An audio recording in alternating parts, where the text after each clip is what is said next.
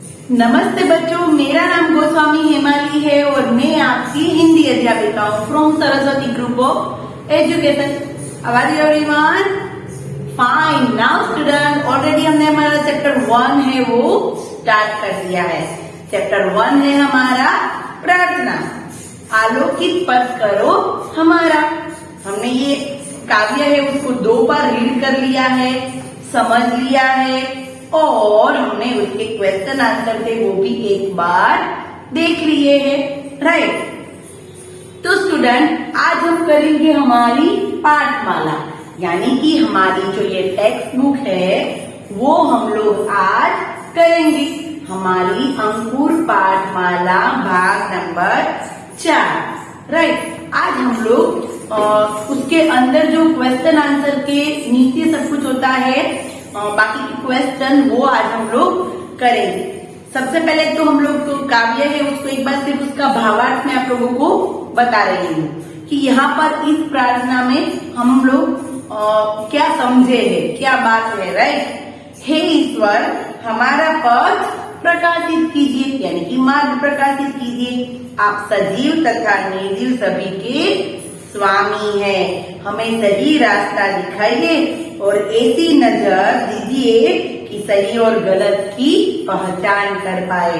हम भगवान से ऐसी दृष्टि मांग रहे हैं जिसकी वजह से हम सही और गलत की पहचान कर सके। हमारे मन से बुरे विचार दूर कीजिए ताकि आपसे प्रेरणा पाकर सही मार्ग अपनाए। आप ही हमारे पिता, साथी तथा मार्गदर्शक है।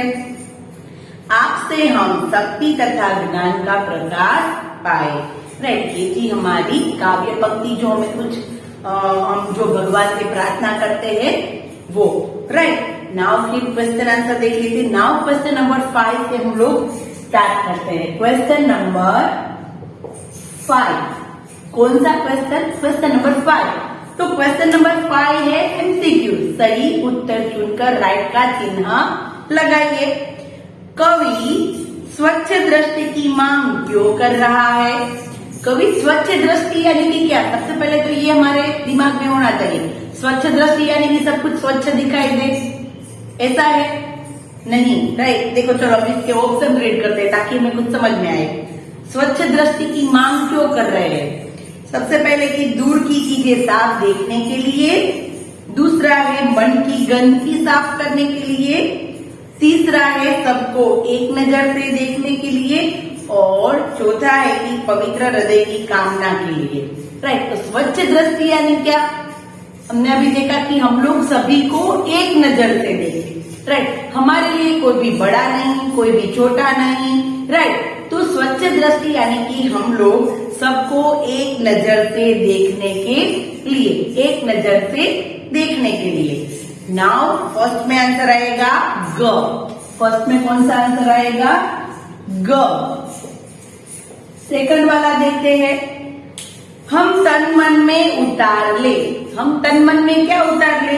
स्वच्छ दृष्टि, ईश्वर के गुण, ईश्वर की शक्ति और प्रकाश, अच्छे संस्कार एवं विचार। ओके, तो इसके लिए लाइन हमारी काव्य पता होना चाहिए। सबसे लास्ट वाली 2 लाइन देखो। शक्ति और आलोक तुम्हारा हम उतार ले निज तन मन में। क्या है? शक्ति और आलोक तुम्हारा हम उतार ले निज तन मन में, यानी कि शक्ति और आलोक यानी कि प्रकाश, राइट। तो हम तन मन में क्या उतार ले? तो हम तन मन में ईश्वर की शक्ति और आलोक उतार ले, राइट, यानी कि प्रकाश, यानी कि इसमें भी ग आंसर आएगा, राइट। फर्स्ट में कवि स्वच्छ दृष्टि की मांग क्यों कर रहा है? तो सबको एक नजर से देखने के लिए, और दूसरा है कि हम तन मन में क्या उतार ले? तो ईश्वर की शक्ति और प्रकाश, राइट। तो ये था हमारा क्वेश्चन नंबर 5। नाउ हम देखते हैं भाषा संसार। तो भाषा संसार में हम लोगों को पता है कि हमारे ग्रामर के कुछ न कुछ टॉपिक्स उसमें होते हैं, राइट। सबसे पहला क्वेश्चन ही देखो, भाषा संसार में क्वेश्चन नंबर 1 क्या है? कविता में आए संयुक्त व्यंजनों से बने शब्द पढ़िए और दो दो शब्द स्वयं लिखिए। कविता में आए संयुक्त व्यंजन। तो सबसे पहले तो ये संयुक्त व्यंजन क्या है ये याद होना चाहिए हमें। ऑलरेडी हमने आई थिंक बहुत बार किया है संयुक्त व्यंजन। तो संयुक्त व्यंजन यानी कि क्या? तो संयुक्त यानी कि जुड़ा हुआ, संयुक्त यानी कि जुड़ा हुआ। और यहाँ पर संयुक्त यानी कि जुड़ा हुआ तो जो शब्द जुड़े हुए हैं, जैसे कि व्यंजन और व्यंजन, स्वर और स्वर। अगर यहाँ पर देखो सबसे पहले हमें दिया है च और छ, ये एक दूसरे के साथ जुड़े हुए हैं। क्या है? एक दूसरे के साथ जुड़े हुए हैं। अभी दो ही एक जैसे वर्ड होंगे जो जुड़े हुए, जैसे कि च और च। यहाँ पर हम लिखेंगे सच्चा, राइट। यहाँ पर हम लिखेंगे अच्छा। देखो मैं क्या समझाना चाह रही हूँ कि अच्छा और सच्चा, यहाँ पर दो एक जैसे वर्ण है, तो ये होता है द्वित्व व्यंजन। एक जैसे व्यंजन अगर होंगे तो वो होंगे द्वित्व व्यंजन, और अलग अलग व्यंजन जुड़े हुए होंगे तो वो होंगे संयुक्त व्यंजन। क्या होंगे? संयुक्त व्यंजन। तो यहाँ पर हमें इस प्रकार संयुक्त व्यंजन की अलग अलग ऐसे दिए हैं शब्द संयुक्त व्यंजन, वो हमें उससे एक अलग अलग शब्द बनाना है। खास ख्याल हमें ये रखना है, याद ये रखना है कि संयुक्त व्यंजन यानी कि क्या? संयुक्त व्यंजन यानी कि अलग अलग, एक वर्ण अलग दूसरा वर्ण अलग। और द्वित्व व्यंजन में एक जैसे व्यंजन होते हैं, जैसे कि न और न, अन्ना, गन्ना, राइट। तो ये एक जैसे वर्ण है तो वो द्वित्व व्यंजन हुए, और अलग अलग हो गए तो वो संयुक्त व्यंजन हो गए। अभी हम देखते हैं कि हमारे यहाँ पर कौन कौन से संयुक्त व्यंजन हमें दिए हैं, राइट। सबसे पहले च और छ दिया है, राइट। और एक ऑप्शन उसका हमें ऑलरेडी दिया है स्वच्छ। क्या दिया है? स्वच्छ। तो आप देख सकते हैं यहाँ स्व भी एक संयुक्त व्यंजन है, स्व भी एक संयुक्त व्यंजन है। दूसरा हम बना सकते हैं तुच्छ, तुच्छ यानी कि छोटा, और कच्छ, कच्छ यानी कि तय या तो कच्चा, राइट। नाउ उसके बाद है क और त। क आधा है और त पूरा है, तो उससे कौन कौन सा वर्ड बनेंगे? एक हमें ऑलरेडी दिया है शक्ति, दूसरा हम बना सकते हैं भक्ति, और हम बना सकते हैं शक्ति, भक्ति, मुक्ति, विरक्ति। ऐसे बहुत सारे वर्ण हम लोग अलग अलग बना सकते हैं, राइट। फिर है म और ह, म और ह। तो उसमें हमें दिया है तुम ही। तुम ही क्या है? एक सर्वनाम है, अभी हम आगे करेंगे। तुम ही, तो उससे अलग क्या होगा? तुम्हारा, तुम्हारा, और कुम्हार, कुम्हार, राइट। तुम्हारी, तुम्हारा, तुम्हारे, कुम्हार। फिर है त और ट, तो उससे क्या होगा? दृष्टि। ये क्या दिया है हमें? दृष्टि। ओके, तो उससे हम क्या बना सकते हैं? सृष्टि, पुष्टि, पुष्टि करना, यानी कि उसका हम लोग एकदम ध्यान से देखते हैं ना, पुष्टि की। ओके, छ और छ से स्वच्छ, तुच्छ, कच्छ। क और त से शक्ति, भक्ति, मुक्ति। म और ह से तुम्ही, तुम्हारा, कुम्हार। श और ट से दृष्टि, सृष्टि, पुष्टि। ओके, तो ये था हमारा क्वेश्चन नंबर 1। नाउ देखते हैं क्वेश्चन नंबर 2। तो student question number 2, question number 2 क्या है हमारा? क्वेश्चन नंबर 2 है कि दिए गए शब्दों को जोड़कर 3-3 शब्द और बनाइए। यानी कि जैसे कि आगे हम जब छोटे थे तब शब्द सीधी दिया करते थे, राइट। एक लास्ट वर्ड है उससे हम लोग शब्द की सीधी बना देते। इसमें क्या दिया है कि एक शब्द दिया है और उसी शब्द को लेके उसके साथ एक नया शब्द जोड़ के एक नया शब्द बनाना है। जैसे कि हमें एक दिया है शक्ति, क्या दिया है? शक्ति। तो शक्ति से कौन कौन से शब्द बन सकते हैं? शक्तिशाली, शक्तिमान, शक्तिधर, शक्तिहीन, यानी कि शक्ति के बिना वाला, राइट। शक्ति शब्द से कितने कितने शब्द बन सकते हैं? तो शक्ति को लेके शक्तिशाली, शक्तिधर, शक्तिमान, शक्तिहीन, राइट। बहुत सारे ऐसे शब्द बन सकते हैं। चाहे तो आप लोग अलग शब्द भी ढूंढ के इसमें लिख सकते हैं। शक्ति को लेके उसमें शक्ति शब्द होना बहुत जरूरी है, राइट।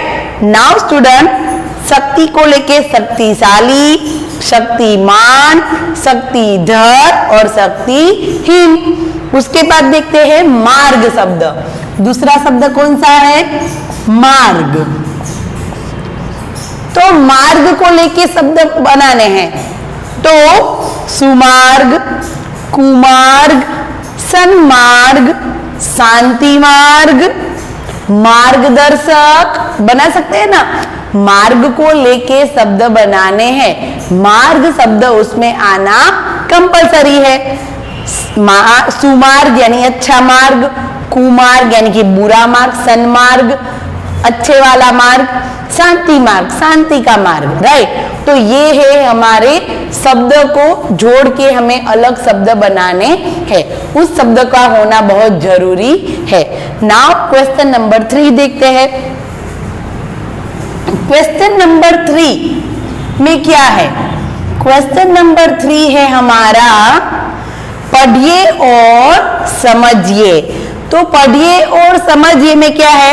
जड़ चेतन, यानी कि उसके अंदर 2 शब्द है, जड़ चेतन, जड़ चेतन।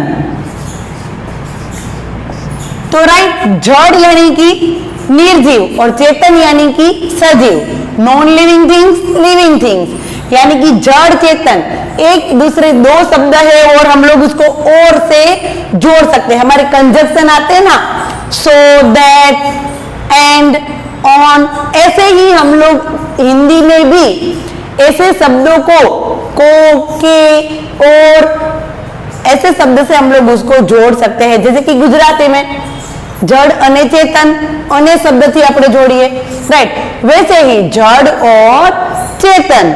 फिर है मार्गदर्शक। क्या है? मार्गदर्शक। तो मार्गदर्शक में क्या है?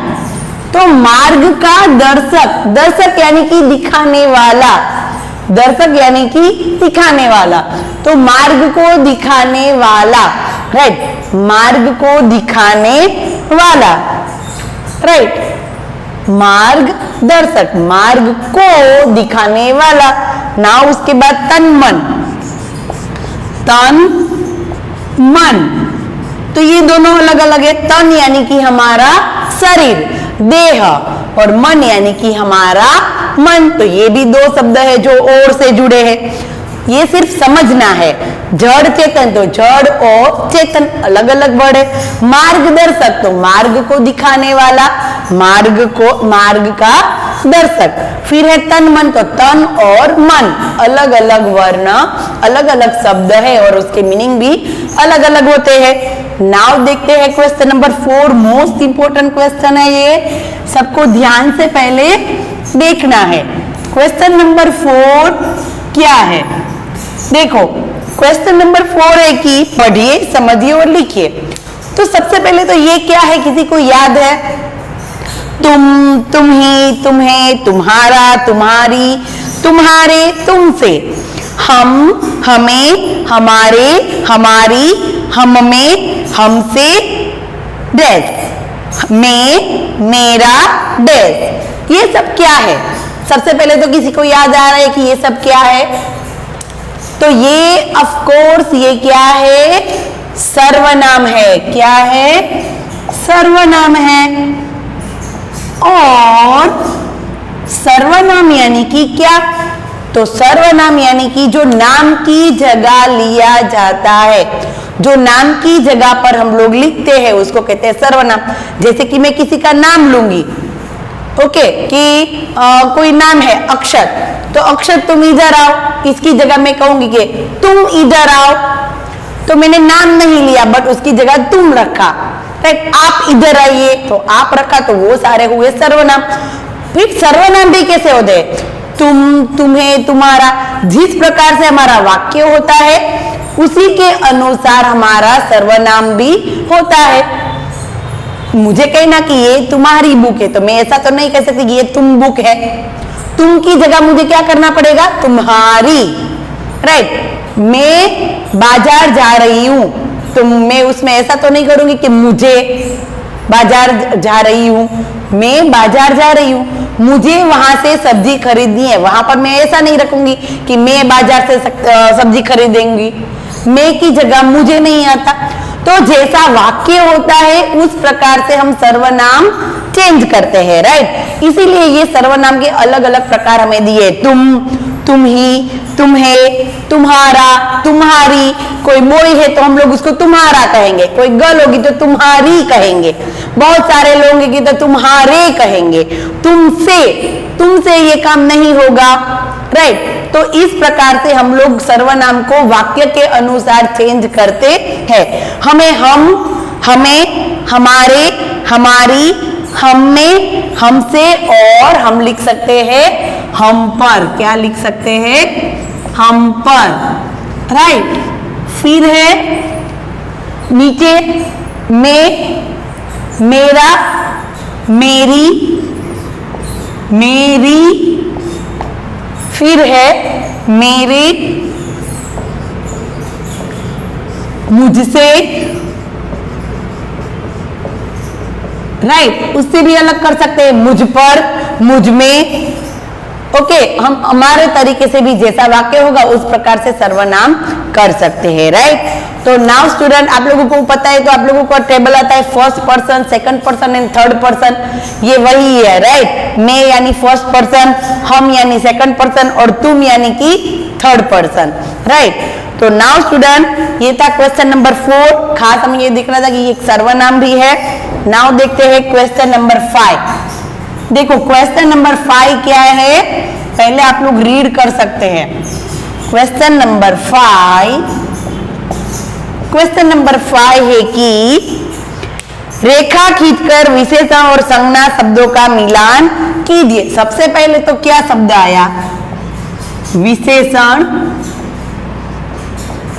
और दूसरा है संज्ञा।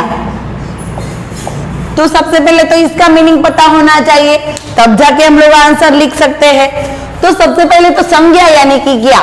तो संज्ञा यानी कि कोई भी नाम, कोई भी नाम, कोई चीज का हो, कोई वस्तु का हो, कोई व्यक्ति का है, कोई पशु पक्षी का है, राइट।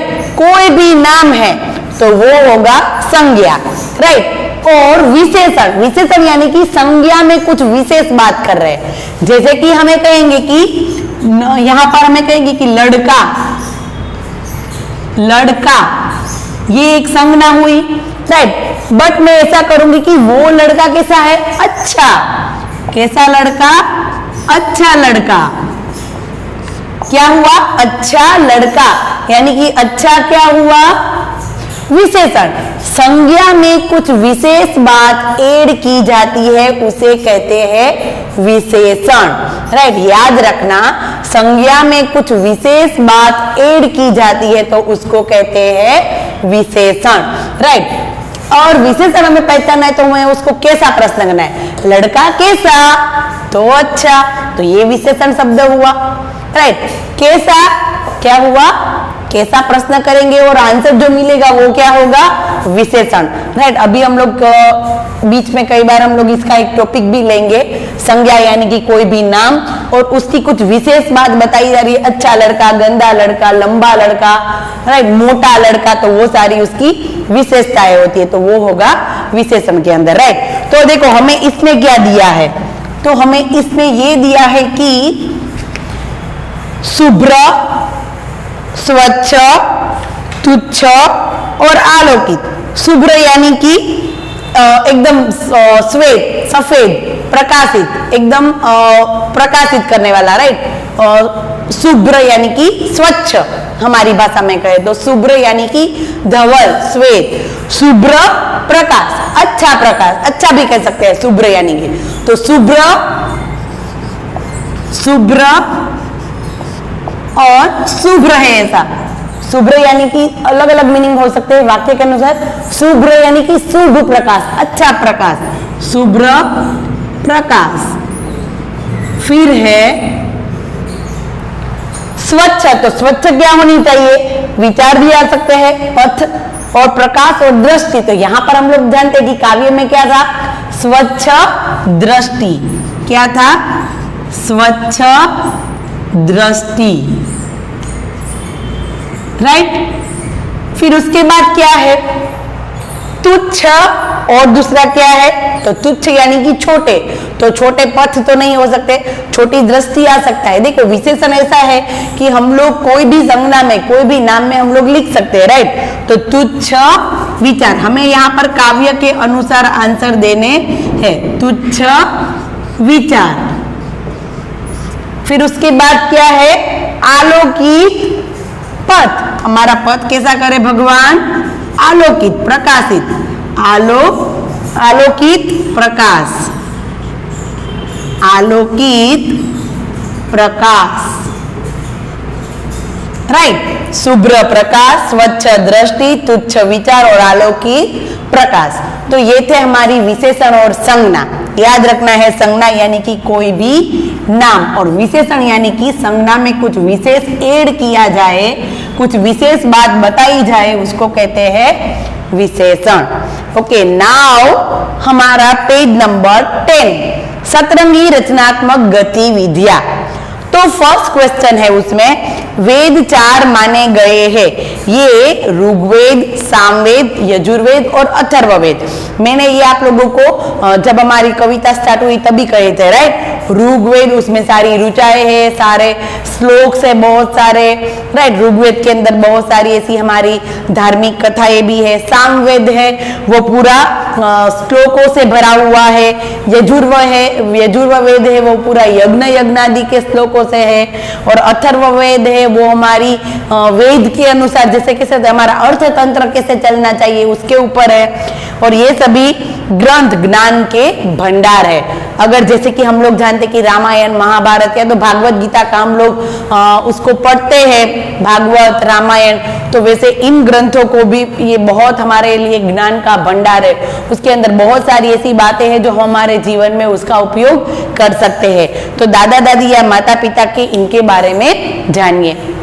आप भी घर पे अपने दादा दादी, मम्मी पापा से ये सारी बातें जान सकते हैं कि वेद क्या है, कौन से वेद में क्या है। राइट, नाउ क्वेश्चन नंबर 2, 4 शब्द लिखिए। जड़ यानी निर्जीव, नॉन लिविंग थिंग, चेतन यानी कि सजीव। तो निर्जीव वस्तु यानी कि जो हिलडुल नहीं सकती। राइट, निर्जीव यानी कि जो हिलडुल नहीं सकती। राइट, यहाँ से वहां या तो छोटे से बड़ा होना, ऐसा सब कुछ नहीं होता, उसको कहते हैं निर्जीव। जड़ और चेतन यानी कि सजीव, जो छोटे से बड़ा हो सकता है, यहाँ से वहां हिल सकता है। राइट, तो पर्वत, पेंसिल, घर, टेबल, ये सारे क्या है, यस, ये सारे हैं निर्जीव वस्तु। फिर वृक्ष आप कहेंगे कि दीदी वृक्ष तो एक जगह से दूसरी जगह नहीं जाता, बट वृक्ष से वो खाद खाता है, पानी पीता है, छोटे से बड़ा होता है, तो वो एक सजीव है। फिर पशु, वो तो हिल सकता है, खा सकता है। राइट, मानव तो सबसे बड़ा सजीव है। फिर पक्षी, राइट, तो ये सारे सजीव है। नाउ क्वेश्चन नंबर 3, इस प्रार्थना को कंठस्थ कीजिए। आगे के सेशन में हमने ये प्रार्थना कंठस्थ की थी। आपको ये रीड भी लर्न भी करनी है, पूरा दिन इसको याद करते रहना है, बोलते रहना है। नाउ क्वेश्चन नंबर 4, आपको ईश्वर की बनाई सबसे अच्छी चीज क्या लगती है? अपने साथियों से पूछिए और उन्हें अपनी पसंद बताइए। नो डाउट अगर हम लोग क्लास में होते तो ये सतरंगी रचनात्मक गतिविधियां खूब बहुत ध्यान से करते, बट यहाँ पर क्या है कि अभी हम लोग ऑनलाइन कर रहे हैं, तो आप जिसके भी टच में हो उससे आप ये सारी बातें शेयर कर सकते हैं कि आपको भगवान की कौन सी चीजें अच्छी लगती है। मुझे लगता है भगवान की नदियां, पहाड़, ये प्रकृति, मुझे ये सब कुछ बहुत पसंद है। आप एक बार ये सारी प्रकृति को ध्यान से देखना, खास अभी जब मॉनसून का सीजन आएगा तब प्रकृति कितनी निखर आती है, जो भगवान ने हमें इतनी बहुत बड़ी, हमारे लिए तो बहुत बड़ी भेंट है हमारे लिए, राइट। तो आप भी अपने फ्रेंड्स के साथ ऐसी बातें शेयर कर सकते हैं। नाउ क्वेश्चन नंबर 5, इस चित्र को देखिए और इसका वर्णन कीजिए। तो देखो पहले क्या है, इस चित्र को देखिए, यानी कि ध्यान से इस चित्र को देखना है, राइट। ये एक गांव का चित्र है। देखो मैंने सेंटेंस नीचे लिखे हैं, आप चाहे तो उसमें अलग सेंटेंस लिख सकते हैं जो आपको इस चित्र में दिखाई दे, बट राइट होना चाहिए, राइट। चित्र में कुछ है और हम लिखे कुछ, ऐसा नहीं करना है। फर्स्ट है, यह एक गांव का चित्र है। ऑफ कोर्स आप लोग देख सकते हैं कि एक किसान है जो खेत में जा रहा है हल लेके, राइट। तो ये सारी एक गांव की ही बात है। यह एक गांव का चित्र है। अगर शहर का चित्र होता तो बहुत सारे व्हीकल्स, भगदड़, ऐसा सब कुछ दिखाई देते हैं, राइट। तो ऑफ कोर्स यह एक गांव का चित्र है। सेकंड, यह एक सुंदर सुबह का चित्र है। देखो सुबह सुबह धीरे धीरे सूरज ऊपर आ रहा है, तो ये एक सुंदर सुबह का चित्र है। हम लोग जानते हैं कि गांव में सुबह का मौसम कुछ अलग ही होता है, राइट। यह एक सुंदर सुबह का चित्र है। नेक्स्ट, गांव में सभी जल्दी अपने अपने काम में लग जाते हैं। ये भी हम जानते हैं कि गांव में क्या होता है, शहर में बहुत से लोग होते हैं कि जो देर से उठते हैं, राइट। उसकी ऑफिस, कार्यालय सब कुछ देर से स्टार्ट होता है, पर गांव में क्या होता है, सुबह सुबह जल्दी जल्दी सब लोग उठ जाते हैं और जल्दी जल्दी सो भी जाते हैं। और फिर वो लोग क्या करते हैं कि जल्दी जल्दी अपनी कामों में लग जाते हैं। गांव में सभी जल्दी अपने अपने कामों में लग जाते हैं। पक्षी भी सुबह होते ही चहचहाने लगते हैं। शहर में हम लोगों को व्हीकल्सों के इतने सारे आवाज होती है कि हम लोग पक्षियों की आवाज सुन सकते नहीं है, पर गांव में ऐसा नहीं होता है। वहां पर इतनी शांति होती है कि हम लोग हर एक पक्षी की आवाज आराम से सुन सकते हैं, राइट। तो ये कुछ लाइनें थी जो मुझे लगी, मुझे चित्र में दिखाई दिया, वो मैंने लिखा है। आप चाहे तो अपने तरीके से, आपको इसमें जो भी दिखाई दे रहा है वो सही लगे ऐसे वाक्य बनाकर आप लोग लिख सकते हैं। डन। नाउ स्टूडेंट, यहाँ पर ये हमारी पाठमाला है वो कंप्लीट होती है, राइट। नेक्स्ट सेशन में हम लोग हमारी वर्कबुक करेंगे और साथ ही साथ चैप्टर 1 हमारा एंड हो जाएगा, यानी कि कंप्लीट हो जाएगा। तो हम लोग चैप्टर 1 की एंड वर्कशीट भी करेंगे, राइट। तो स्टूडेंट नेक्स्ट सेशन में मिलते हैं, तब तक के लिए बाय बाय एवरीवन।